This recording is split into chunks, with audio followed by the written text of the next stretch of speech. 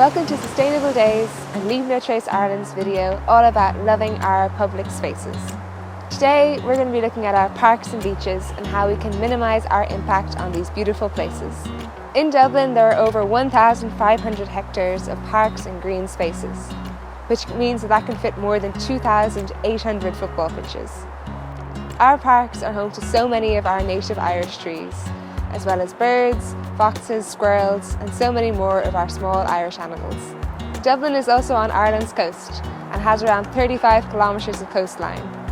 Along here you'll find so many different habitats, such as cliffs, sandy beaches, shale, rock pools and the sea itself.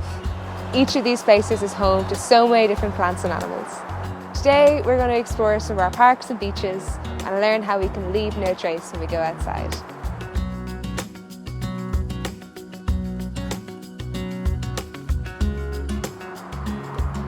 Our parks and beaches are places that we go to relax, have fun, play sports and meet friends. These are also the homes or habitats of many of our animals. In our Dublin parks, you might find bats, squirrels and deer, just to name a few. To allow these animals to keep living there and to make sure that whoever comes after us also has a great time, we have to learn how to minimise our impact. Minimising our impact means that we do our best to make it look like we were never there. We leave no trace. Here in the park, there are traces of people everywhere, from the footpaths we walk along to the rubbish that some people leave behind. Let's see if we can minimise the impact of the people that were here before us.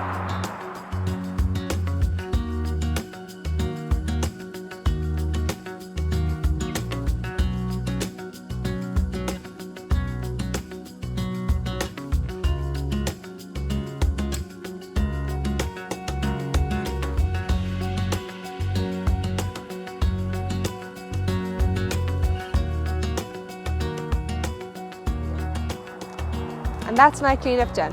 Today I focused on picking up litter. This is one of the many ways that we can minimise our impact on our environment. Some of the litter that I came across today included cardboard, which can take up to 3 months to break down, fruit peels, which can take up to 2 years to break down, and plastic bottles, which can take thousands or millions of years depending on the kind of plastic. At Leave No Trace, we always encourage people to pack it in, pack it out, which means that whatever you bring into nature with you, you have to bring home again. This way, we're protecting the environment, we're making sure that any animals don't eat stuff that will be bad for them, and that the place is just as beautiful for the next person who comes along. Right now, parks and beaches can be very, very busy, as many of us are trying to get outside when we can.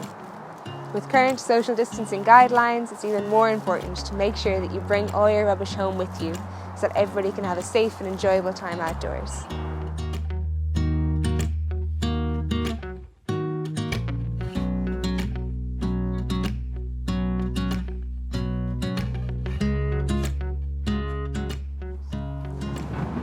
Minimising our impact isn't just about picking up litter, it's also about choosing the right path.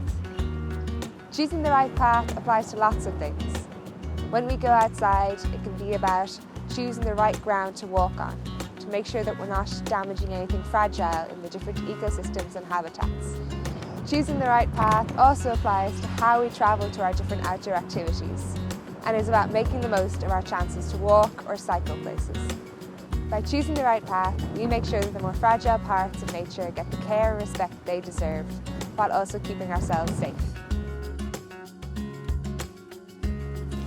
I love walking on the beach and seeing all the beautiful natural things I can find. Everything from tiny sea creatures to washed up shells. However, what I have learned is that it's super important to leave what you find. Many of the bits of seaweed, plants, stones and shells are all integral parts of the habitats and ecosystems here. This means that all the plants and animals that live here really need these parts to continue to grow and survive. By leaving what we find, we're making sure that all of our sea creatures have healthy, happy homes. When I go to the beach, I try to leave behind as much as possible, taking only photographs and leaving only footprints.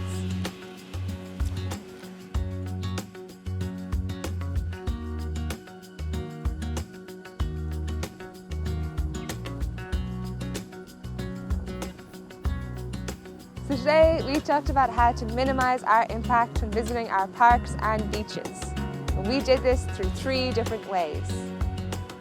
We chose the right path, making sure that we're walking on durable ground and protecting our fragile plants. We pack it in and pack it out, which means that anything that we bring into nature we have to bring home with us again. And number 3 is we leave what we find when it comes to nature, protecting our fragile ecosystems and habitats.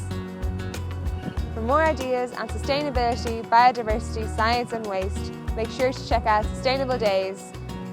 And to learn more about Leave No Trace, make sure to look up leavenotraceireland.org. And remember to love this place and leave no trace.